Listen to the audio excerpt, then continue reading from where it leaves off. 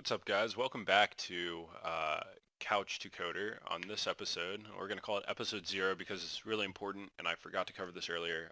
It is variable type. So in this episode, we'll be covering integers, floats, strings, lists, and dictionaries.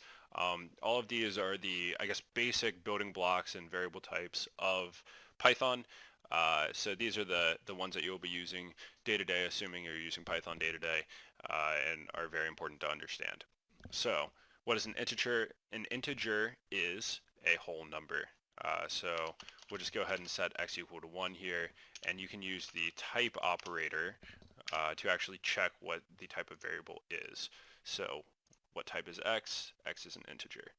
Uh, Again, an integer or a whole number, this is a basic mathematics concept that you typically learn early on in grade school. But we will move into a decimal. So we'll say x, or y equals 1.1, for example. And this decimal is actually a float. So what's important to note about an integer versus a float is that you can have a float that is still a whole number. So let's change y to 1.0, and it's still a float. So you can interchange back and forth between integers and floats. Just know that you will be rounding if you change a float to an integer. So for example, if we called z equal to 1.2, and then we did use the int operator on z, then we're going to return 1. The int operator actually rounds down every single time. So even at 1.9, which you'd think would round up, you can round down. Now you can use different functions to actually round up, but just know that the int operator takes the first integer in the string, or in the number, I guess, in your float, and more or less rounds down. So next we will be discussing strings. So strings are very important to Python. This is essentially how you get your words out. So in episode 2, we will discuss if statements, and you'll see strings there. But let's go ahead and just go by making the variable my string, and we'll set that equal to hello world. What's great about strings is that you can do so many different things with them. You can do my string dot lower, and we'll go into these a little more, but you can see that it actually makes everything lowercase. So a string, in short, how they work, you need to bracket them in either single quotes or double quotes, one or the other. Pretty much the preference on this is, say I wanted to add a apostrophe s or something like that in there, then I would use double quotes, or maybe I wanted to use a quotation in my string, then I would use single quotes on the outside. So that is strings, and we will move on to list. Again, lists are very important. Lists are like a vector from MATLAB, if you're familiar with MATLAB. If not, we'll just go ahead and create our first list, and a list is a storage of many things within one variable, I guess. And these, it is important to note that these keep their order. So I'll show you that here in a second. But let's say we go 1, 2, say hello is our third one. Let's make world our fourth one. And we'll just go ahead and show that you can also put a float in there as well.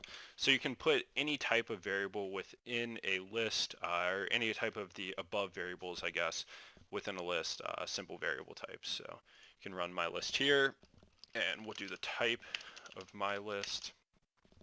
I wonder what it's going to say. There it is. It is a list. But as I stated earlier, list, and what's very important about a list is that it keeps its order. So if we called my list of 0, which would return the first element, so we'll discuss that now, Python counts from 0.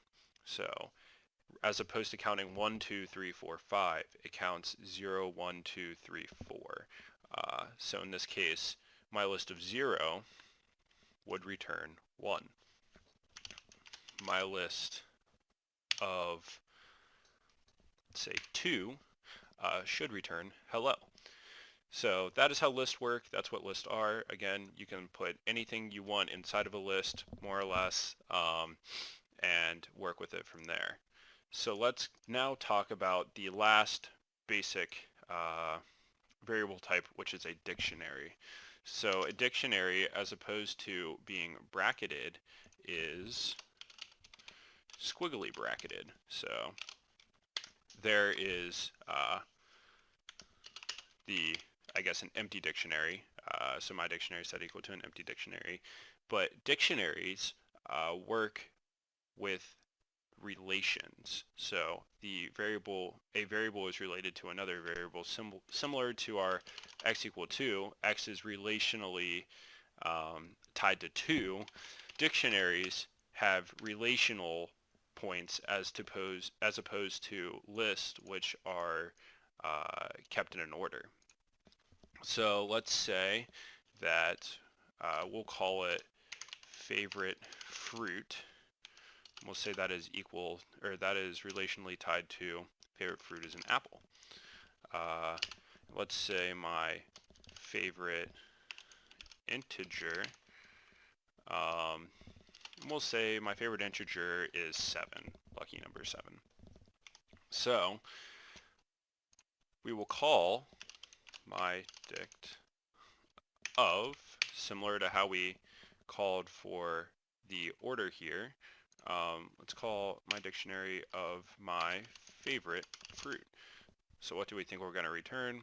Hopefully apple, and in this case it does return apple. Again, just for your understanding, dictionaries have no order, so I cannot call my dictionary of 0. Why can't I call that? Because there is no 0th index. There's no first index or any index for that matter in a dictionary. So if I run this, you'll see that I actually get an error because again, it is a relational. It's a relational, relationship. I know that's not a great way to explain it, but favorite fruit is tied to apple. Favorite integer is going to be tied to 7. Uh-oh, I didn't cap that guy off there. You'll see that it returns 7. So that's your basic types of variables. If I missed anything, I guess you can leave it down in the comments below, but these are the basic ones you'll need moving forward. I will discuss the more complex variables as we get to that point. Alrighty, thank you for watching, and hopefully this will help you moving forward for the rest of the episodes. Thank you.